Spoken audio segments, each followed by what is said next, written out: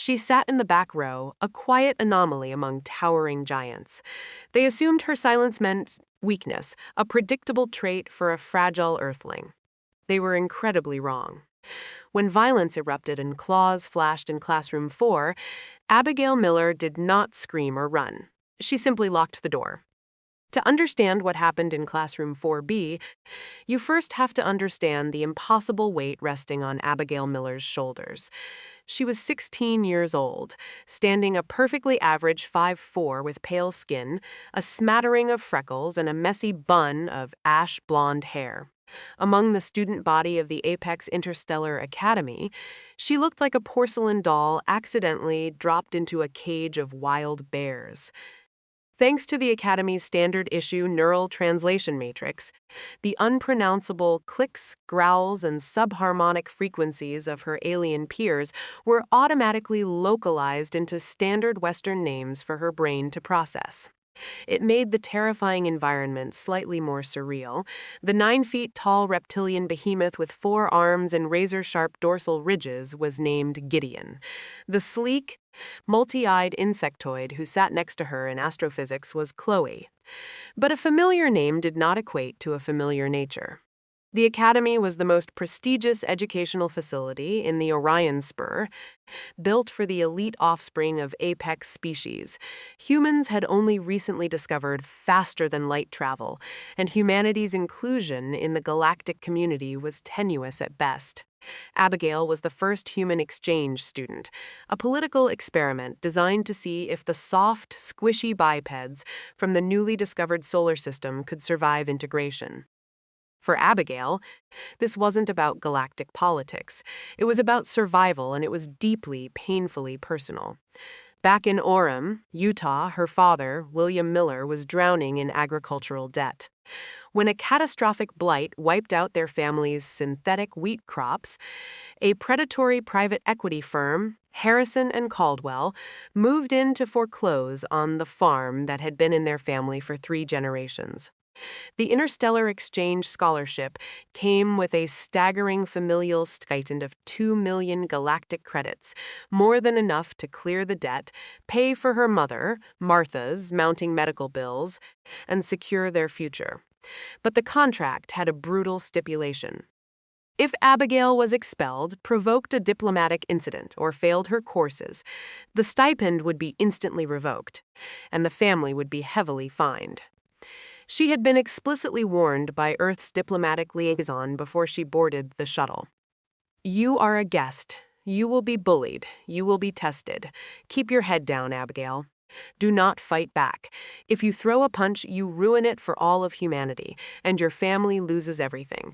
So Abigail kept her head down. She wore her thick-rimmed glasses, carried her data pad pressed tightly to her chest, and took the abuse. And the abuse was relentless. Earth, unbeknownst to the galactic community, was what xenobiologists classified as a Class 9 deathworld. It had crushing gravity, volatile weather, predatory microbes, and apex predators that hunted for sport. The Academy, built to accommodate a wide variety of species, was maintained at a standard 0.4 Earth gravity. To prevent herself from accidentally bounding into the ceiling or crushing a fragile data pad, Abigail wore heavy kinetic dampener bracelets on her wrists and ankles. To the other students, the heavy metal rings looked like medical braces for a crippled, weak creature. Gideon was the worst of them all. His species, an aggressive territorial race of scaled bipeds, valued dominance above all else. To him, Abigail was a walking insult, flesh-covered prey animal occupying a seat at a predator's table. During the 3rd week of the semester, Gideon had cornered her in the crystalline corridors of the cafeteria. He had casually flicked his lower left hand, striking Abigail's tray. Her nutrient paste and water shattered across the pristine floor. "Watch your step, fleshbag." Gideon had hissed, his localized voice dripping with a deep, guttural superiority. "Your fragile bones might snap if you slip." The surrounding students, Chloe, a massive avian named Arthur, and a gelatinous giant named Simon, had watched in varying states of amusement and apathy. Abigail had simply dropped to her knees, her face burning hot with humiliation, and gathered the broken pieces of her tray. "Don't react," she had told herself, biting her lower lip so hard she tasted copper. "Think of Dad, think of the farm, think of Dr. Christensen at Utah Valley Hospital and the surgeries Mom needs. Just breathe." She didn't tell Gideon about the time she was 12 years old hiking alone in the Wasatch Mountains back home. She didn't tell him about the mountain lion that had stalked her, or how it had ambushed her near a dry creek bed. She didn't mention the 3 weeks she spent in the intensive care unit, or the deep, jagged scars that crawled up her left shoulder and back, scars earned while she beat the 150 lb Apex Predator to death with a heavy steel flashlight because her survival instinct had overridden her fear. Gideon thought she was prey. He had no idea that on Earth, humans were the monsters hiding in the dark. For 3 months, Abigail endured. She maintained a perfect academic record, quietly absorbing knowledge about hyperlane navigation, quantum field dynamics, and interspecies diplomacy. She became a ghost, fading into the background of the sprawling high-tech academy. She spoke only when called upon, walked softly, and never made eye contact with the larger, aggressive species. But a ghost can only remain invisible for so long before the living force it into the light. It was a Tuesday, during a double period of applied xenodynamics. The classroom was a vast, amphitheater-style room with tiered seating to accommodate the varying sizes of the students.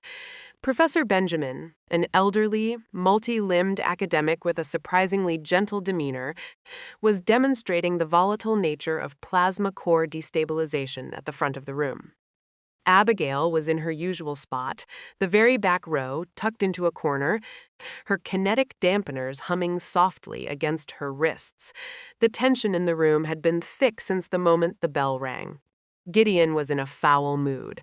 His species experienced seasonal hormonal spikes, a period of hyperaggression intended for securing mating rights and territory. In a civilized setting, they were supposed to take suppressants, but Gideon arrogantly refused, believing his natural urges made him superior. Directly in front of Gideon sat Simon. Simon was a gentle, herbivorous giant from a peaceful agri-world. He stood 7 feet tall and resembled a heavily armored rhinoceros, but his species was entirely pacifistic, lacking any biological instinct for combat. About halfway through Professor Benjamin's lecture, Simon accidentally shifted in his seat, knocking his heavy tail against Gideon's desk. It was a minor infraction, a simple slip of spatial awareness. Gideon snapped. With a terrifying, high-pitched roar that bypassed the translation matrix and rattled Abigail's eardrums, Gideon stood up. His 4 massive, muscular arms flexed, and the dorsal ridges along his spine flared a vibrant, toxic purple. "You clumsy, pathetic herd animal," Gideon snarled, grabbing Simon by the thick armor plating on his shoulders. I apologize, Gideon." Simon stammered, raising his large, blunt hands in a universal gesture of surrender. "It was an accident. The seating is cramped. Your existence is an accident."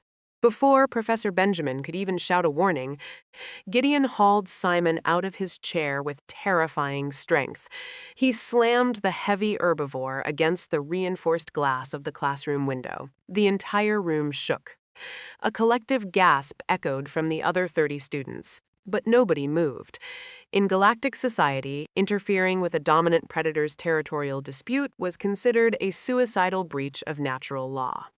"Gideon, unhand him immediately." Professor Benjamin shouted, his multiple limbs trembling as he activated his desk's emergency console. "I am calling the disciplinary wardens." "Call them," Gideon barked, his eyes rolling back to reveal completely black sclera, a sign of total feral regression. "By the time they get here, I'll have taught this walking vegetable a permanent lesson in hierarchy." Gideon drew back his upper right fist, which was covered in thick, keratinous knuckles, and drove it directly into Simon's face. The sickening crack of bone echoing in the silent room made Abigail flinch. Simon let out a pitiful, high-pitched wail and collapsed to the floor, clutching his face as dark blue fluid began to pool on the pristine white tiles. Gideon wasn't finished. Lost in a biological frenzy, he stepped forward, raising his heavy, clawed foot to stomp down on Simon's exposed neck. A blow like that, even to an armored species, would be lethal. In the back row, Abigail froze. Her father's voice echoed in her mind. "Do not fight back. You ruin it for all of humanity. You lose the farm." She looked at Simon, cowering on the floor, weeping in terror. She looked at the other students, Arthur, Chloe, and a dozen others who were literally paralyzed by their evolutionary programming, instinctively freezing to avoid drawing the predator's attention. Even Professor Benjamin was shrinking back, his protective instincts overwhelmed by Gideon's terrifying display of dominance. Then Abigail looked down at her own hands. She remembered the dry creek bed in the Wasatch Mountains. She remembered the smell of pine needles, the hot breath of the cougar, and the terrifying electric realization that if she didn't fight, she would die. She remembered the sheer, unadulterated rage that had flooded her veins, a survival mechanism baked into human DNA through millions of years of brutal evolution on a world that constantly tried to kill them. "Sorry, Dad," Abigail thought. She reached down to her ankles and unclasped the heavy magnetic kinetic dampeners. Clack! Clack! She pulled the dampeners off her wrists. Clack! Clack! Without the extra 80 pounds of resistance, and under the incredibly weak 0.4 gravity of the Academy, Abigail suddenly felt impossibly light. She felt like she was floating. Gideon brought his foot down. Abigail moved. To the alien students in the room, it looked like a magic trick. One second, the fragile little earthling was sitting in the back row. The next, she was a blur of motion. Human muscle tissue, dense and coiled like steel wire from battling Earth's gravity, unleashed its full kinetic potential. She didn't just run, she launched herself over the rows of desks, clearing a 10-foot gap in a single bound. Just as Gideon's foot was about to crush Simon's windpipe, a small pale mask collided with the 9-foot alien's chest. Abigail didn't hit him with her fists. She knew human bones could break against his chitinous plating. Instead, she used her entire body weight combined with the velocity of her jump and drove her elbow directly into the soft cluster of nerve endings just beneath Gideon's primary sternum. A weak point she had noted during a tedious anatomy lecture 3 weeks prior. The impact sounded like a cannon firing. Gideon's eyes bugged out. All the air was forcefully expelled from his dual lungs in a violent whoosh. The massive 9-foot-tall apex predator was lifted entirely off his feet. He flew backward over a desk, crashing violently into the opposite wall and collapsing into a heap of tangled limbs and desks. The silence in classroom 4B was absolute. It was a profound, suffocating quiet broken only by the sound of Simon's labored breathing and the gentle hum of the ventilation system. Abigail landed gracefully on her feet, the low gravity making her movements fluid and terrifyingly precise. She didn't assume a martial arts stance. She didn't shout a battle cry. She simply stood there, brushing a stray lock of ash-blonde hair out of her eyes, her chest rising and falling with slow, controlled breaths. Every single alien in the room stared at her in abject, mind-shattering horror. The frail, soft flesh bag from the back row had just thrown the school's most dangerous predator across the room like a discarded toy. Slowly, Gideon groaned. He pushed himself up from the wreckage of the desk, his forearms shaking. The feral rage in his eyes hadn't dissipated. It had multiplied. He looked at Abigail, wiping a smear of dark saliva from his jagged jaw. "You!" Gideon hissed, his voice vibrating with a lethal promise. "You are dead, little flesh bag." Abigail reached up and calmly took off her thick-rimmed glasses, folding them neatly and placing them on a nearby desk. She looked at Gideon, her hazel eyes completely devoid of fear. In that moment, The mountain lion from her past seemed like a much scarier opponent than the overgrown lizard standing before her. "Class is in session, Gideon," Abigail said, her voice eerily calm, ringing out clearly in the silent room. "Sit down." Gideon did not sit down. Instead, the 9 feet tall reptilian let out a sound that defied the standard auditory range of the translation matrix, a grating subharmonic rumble that vibrated through the floorboards and rattled the reinforced glass of the classroom windows. The toxic purple hue of his dorsal ridges flared with renewed, venomous intensity. He lunged. To the alien students watching in paralyzed terror, Gideon's speed was legendary. His species, native to a high-oxygen jungle world, were ambush predators capable of closing a 20-feet gap in a fraction of a second. But to Abigail Miller, whose nervous system was currently being flooded with a massive evolutionary dose of human adrenaline, he looked like he was moving underwater. Earth's gravity was 2.12 times stronger than the standard pull of the Apex Interstellar Academy. For her entire life, Abigail had been carrying the invisible weight of a class, 9 Deathworld. Her bones were incredibly dense, her muscle fibers woven tight and coiled for explosive output. Taking off her kinetic dampeners was like dropping a heavy backpack after a 10-mile hike uphill. As Gideon's upper right arm swung in a devastating arc aimed at her skull, Abigail didn't try to block it. A direct parry against an opponent with 3 times her mass would result in shattered forearms. Instead, she pivoted on her left heel, letting the massive clawed fist sail harmlessly past her cheek. The force of his missed punch carried a slipstream of displaced air that ruffled her ash-blonde hair. Before Gideon could retract his arm or bring his other 3 limbs to bear, Abigail stepped directly into his guard.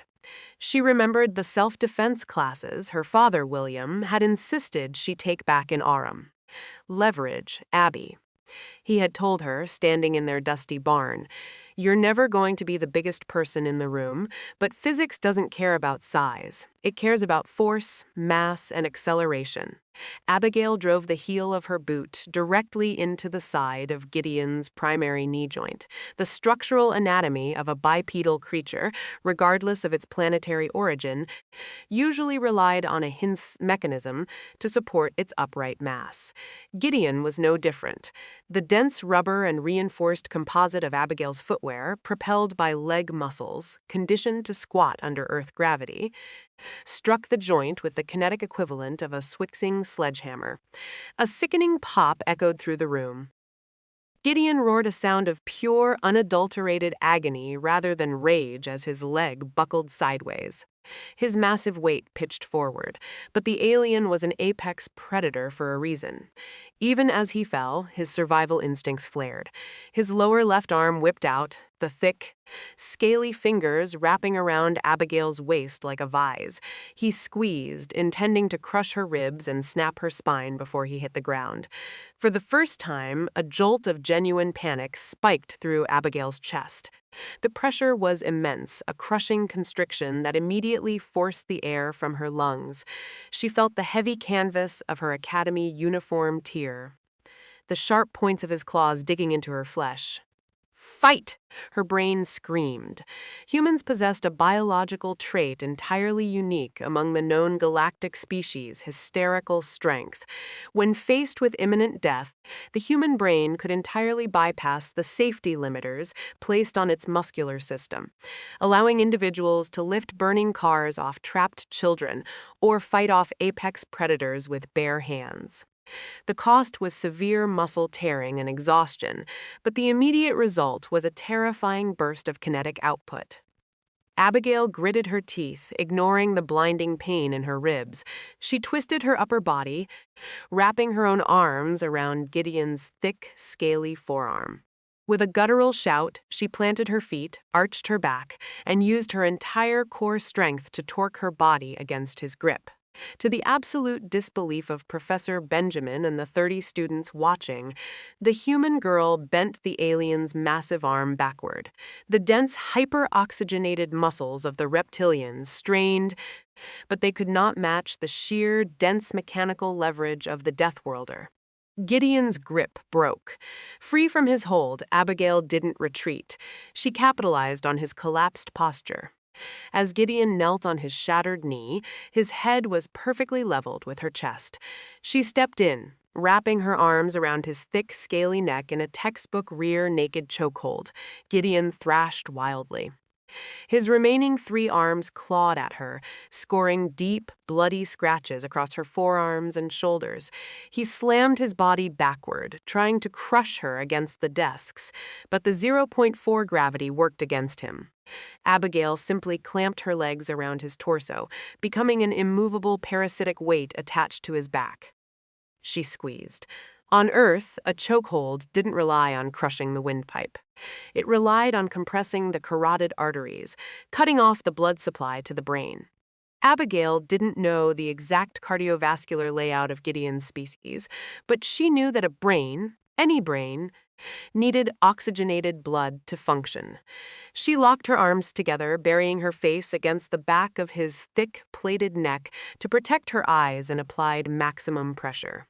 10 seconds passed. Gideon's thrashing became frantic, violent spasms that destroyed 2 more rows of desks. 20 seconds. The violent bucking slowed. The toxic purple of his dorsal ridges began to fade to a dull gray. The toxic purple of his dorsal ridges began to fade to a dull, sickly gray. 30 seconds. Gideon's forearms went limp, dropping heavily to the floor. His massive body slumped forward, completely unconscious. Abigail held the choke for exactly 3 more seconds to ensure he wasn't faking it, then released him. She pushed herself off his back, landing softly on the debris-covered floor. Her chest heaved as her lungs desperately sucked in the conditioned air of the classroom. Her uniform was torn. Her forearms were bleeding from a dozen shallow claw marks, and her ribs ached with a dull, throbbing intensity. She looked around the room. Professor Benjamin was pressed flat against his desk, his multiple eyes wide with a terror he could not articulate. Chloe, the insectoid, was trembling so violently her wings were producing a high-pitched hum. Simon, still bleeding on the floor, stared at her as if she had just grown a second head. The silence was deafening. Slowly, methodically, Abigail walked over to where she had dropped her kinetic dampeners. She picked up the heavy metal bands. Clack, clack. She fastened them around her ankles. Clack, clack. She locked them around her wrists. The familiar crushing weight returned, grounding her. She picked up her folded glasses from the nearby desk, slipped them back onto her face, and turned to Professor Benjamin. "Professor," Abigail said, her voice slightly raspy but impeccably polite, "I believe Simon requires immediate medical attention." Before the elderly alien could respond, the heavy reinforced doors of Classroom 4B hissed open.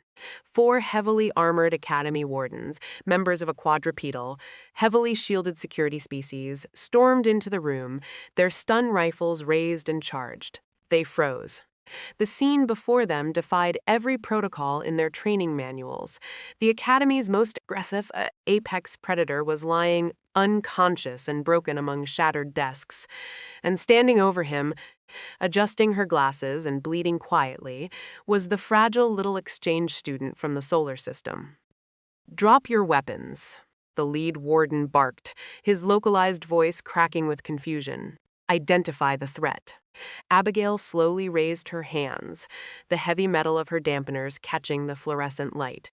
"There is no threat, Warden," she said softly. "The situation has been resolved." The administrative holding cell was a stark, brilliantly white room, devoid of any corners, designed to keep volatile species calm. Abigail sat on a seamless, contoured bench in the center of the room. A medical drone hovered near her right shoulder, projecting a soft blue light over the claw marks on her arms. It applied a stinging, translucent dermal sealant to the wounds, but Abigail barely felt it. Her mind was thousands of light years away, back in the sprawling, dusty fields of Orem, Utah. She was doing the math. The Interstellar Exchange Scholarship was worth 2 million galactic credits. The debt held by Harrison and Caldwell, the predatory firm currently breathing down her father's neck, was roughly $1.2 million. Her mother's upcoming series of spinal surgeries at Utah Valley Hospital would run them another $500,000. I lost it, she thought, staring blankly at the pristine white floor. I lost the farm. I lost Mom's treatment. I fought back and I ruined everything. She pulled her knees to her chest, the heavy kinetic dampeners clinking together.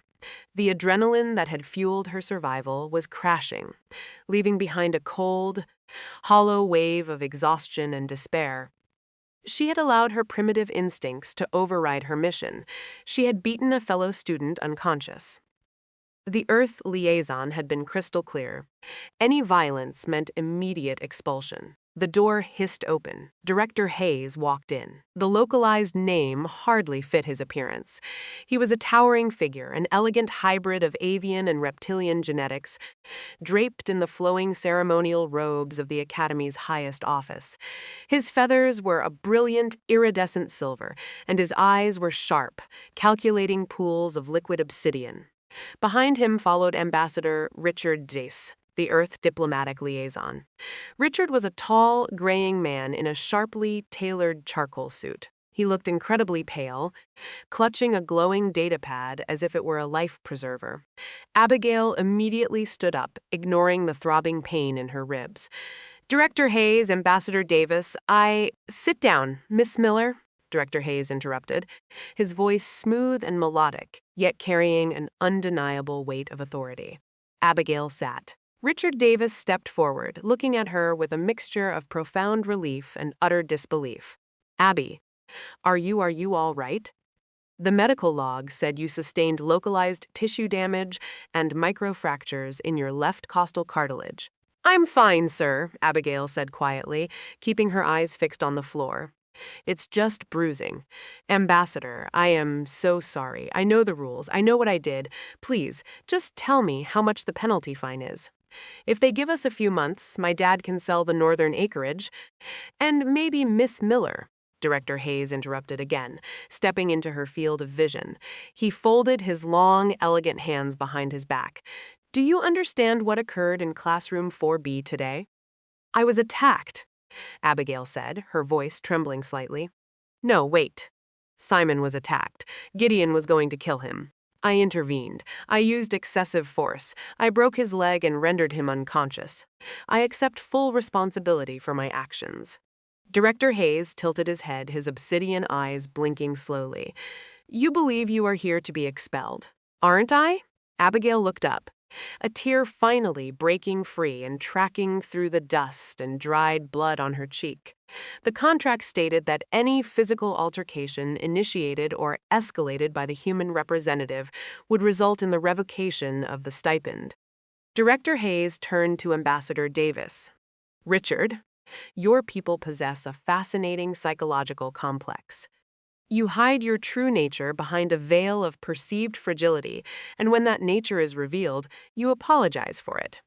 Richard cleared his throat, adjusting his tie nervously. Director, as I explained, Earth's evolutionary history is complicated. We sent Abigail because her psychological profile indicated high levels of restraint and empathy. We did not intend to deceive the Academy. Deceive? Director Hayes let out a soft, trilling laugh that echoed strangely in the sterile room. Ambassador, you have not deceived us. You have entirely redefined our understanding of the solar system. Hayes tapped a command on his wrist console, and a holographic projection flared to life in the center of the room. It displayed the biometric readouts from classroom 4B during the incident. When humanity applied for integration into the galactic community, Hayes explained, pacing slowly around the hologram, your biological data was heavily redacted. You claimed it was for planetary security. We assumed it was out of embarrassment. Your species lacks natural armor, venom, claws, or redundant organs. You require a highly specific atmospheric mixture and possess a terrifyingly short lifespan. He pointed a long, silver-taloned finger at the hologram. But we did not account for the sheer density of your musculoskeletal structure, necessitated by your planet's absurd gravitational pull. We did not account for your endocrine system. When Gideon attacked, your body produced a chemical epinephrine, cortisol, dopamine, in quantities that would cause catastrophic heart failure in any other known species. It acted as a temporary biological hyperdrive. He was going to crush Simon's neck, Abigail whispered, her hands balling into fists on her lap. I didn't think about my endocrine system. I just stopped him. And that, Hayes said, leaning in closely, is the crux of the matter. You stopped him. You did not kill him. Abigail blinked. Of course I didn't kill him. I'm not a murderer. Miss Miller, Hayes said softly, the melodic tone of his voice dropping to a serious hum. In Gideon's culture, a challenge of dominance between apex predators ends in death, always. To leave an opponent alive after entirely dismantling their physical superiority is not viewed as weakness. It is viewed as the ultimate humiliating display of supreme dominance. You proved that you could end his life effortlessly and chose not to, treating him as a creature beneath your lethal consideration. Abigail's jaw dropped. She looked at Richard Davis, desperate for a translation of the politics being spoken. Abby, Richard said, his voice thick with awe. The footage of the incident was automatically uploaded to the central disciplinary servers. It was reviewed by the Board of Governors, and it was reviewed by Gideon's father, High Warlord Vax Ilden of the Draconis sector. Abigail's blood ran cold. A High Warlord.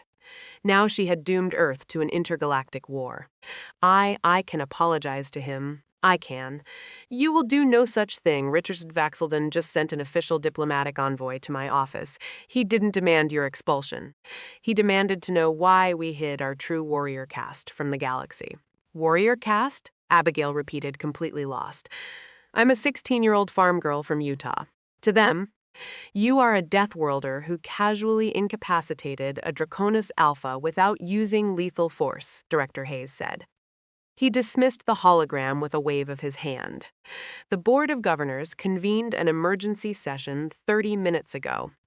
The charge against you for excessive force has been formally dropped, citing the intervention in defense of a pacifist species clause.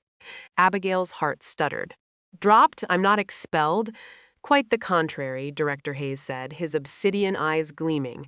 Your actions saved the life of the son of an agro-world senator.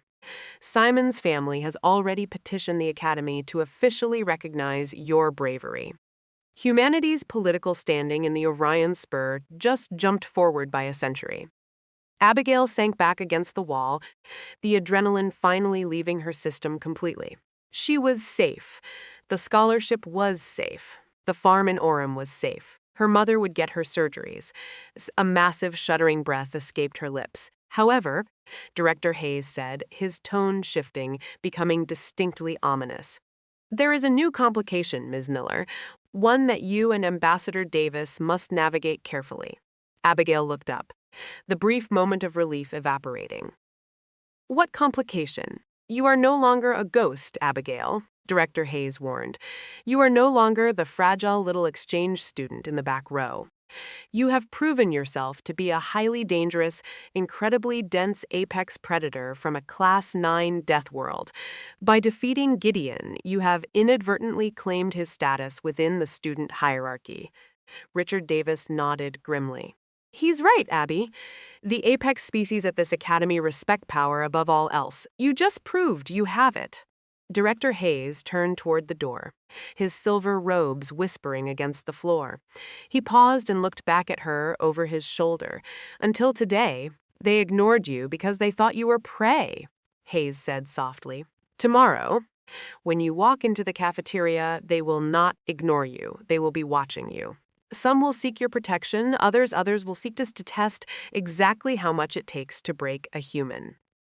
The next morning, the grand cafeteria of the Apex Interstellar Academy was a cacophony of alien chatter, clinking synthetic cutlery, and the low hum of the station's atmospheric scrubbers. It was a sprawling, multi-level chamber constructed from spun glass and brushed titanium, designed to comfortably feed 2,000 students from 60 different worlds. Then, the main doors hissed open, and Abigail Miller walked in. The silence did not fall instantly. It rippled outward like a shockwave, spreading across a calm lake. First, the students near the entrance stopped talking, their various ocular organs fixing on the small, pale girl in the fresh, neatly pressed gray uniform. Then the silence spread to the center tables, and finally to the upper balconies. Within 10 seconds, the only sound in the massive hall was the heavy, rhythmic clack of Abigail's kinetic dampeners striking the polished floor. Yesterday, those heavy metal bracelets had been viewed as medical braces, a pathetic crutch for a crippled prey animal. Today, every student in the room recognized them for what they truly were, restraining bolts. They were the only things keeping the terrifying, dense gravity demon from breaking the sound barrier and tearing them apart. Abigail kept her eyes forward, adjusting her thick-rimmed glasses. She was exhausted, her ribs aching fiercely beneath her uniform. But she remembered Ambassador Davis's warning. She could not show weakness. She walked with her shoulders back, channeling every ounce of stubborn resilience she had inherited from her father, William. As she approached the food synthesizers, the crowd literally parted. Arthur, the massive 8-foot avian who had laughed at her a month prior, hastily stepped backward, knocking over his own chair to get out of her way. Chloe, the insectoid, pressed herself flat against a glass pillar, her antennae plastered to her skull in a submissive posture. Abigail selected her nutrient paste and turned around, holding her tray. Directly in the center of the room sat the elevated crystalline table reserved for the alpha of the sector. For 3 years it had been Gideon's throne. Today it was empty. Standing nervously beside it was Simon.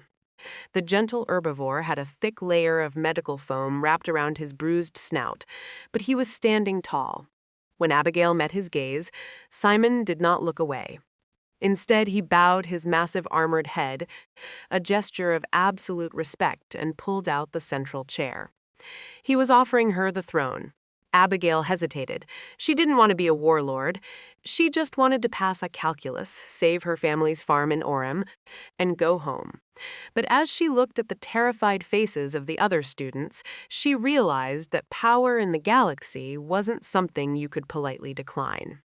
If you didn't hold it, someone like Gideon would. She walked to the center of the room, stepped up onto the elevated platform, and sat down. A collective breath was released throughout the cafeteria. The hierarchy had been settled. Humanity was no longer a cosmic joke. They were the apex. Later that evening, sitting in the quiet solitude of her dorm room, Abigail activated her encrypted datapad. The screen flickered, and the tired, deeply lined face of her father appeared. William Miller looked like he hadn't slept in a week, but as he saw her face, his eyes lit up. "Abby?" William breathed, his voice thick with emotion. "Are you okay? Ambassador Davis called me. He said there was an incident." "I'm okay, Dad." Abigail smiled, a genuine, warm smile that reached her eyes. "Just a minor disagreement in xenodynamics. Nothing I couldn't handle." William wiped a hand across his face, laughing in disbelief. "Well, whatever you did, the bank called this morning. The Central Terrestrial Government just deposited the 2 million credits. Harrison and Caldwell dropped the foreclosure. It's done, Abby. The farm is ours. And Dr. Christopher at Utah Valley Hospital, he scheduled your mother for her first spinal surgery this Thursday." Abigail pressed her hand against the screen, tears of pure relief finally spilling over her eyelashes. She had done it. She had survived the predators, the gravity, and the impossible odds. "Tell Mom I love her," Abigail whispered, "and tell her I'm doing fine in school, making a few new friends." She closed the connection, the screen fading to black. Abigail looked out the viewport of her dorm, staring at the brilliant, swirling nebulas of the Orion Spur. She was still just a human exchange student from Utah. But to the rest of the galaxy, Abigail Miller was a terrifying promise. Earth was a world of monsters, and they fiercely protected their own. Did Abigail's incredible display of human strength against the galactic bullies leave you cheering for Earth? If you loved this HFY sci-fi story of survival leverage and proving the galaxy wrong, smash that like button. Don't forget to share this tale with your fellow Deathworlders, and subscribe to the channel for more Apex sci-fi audio dramas. What alien species should humanity humble next? Let us know below.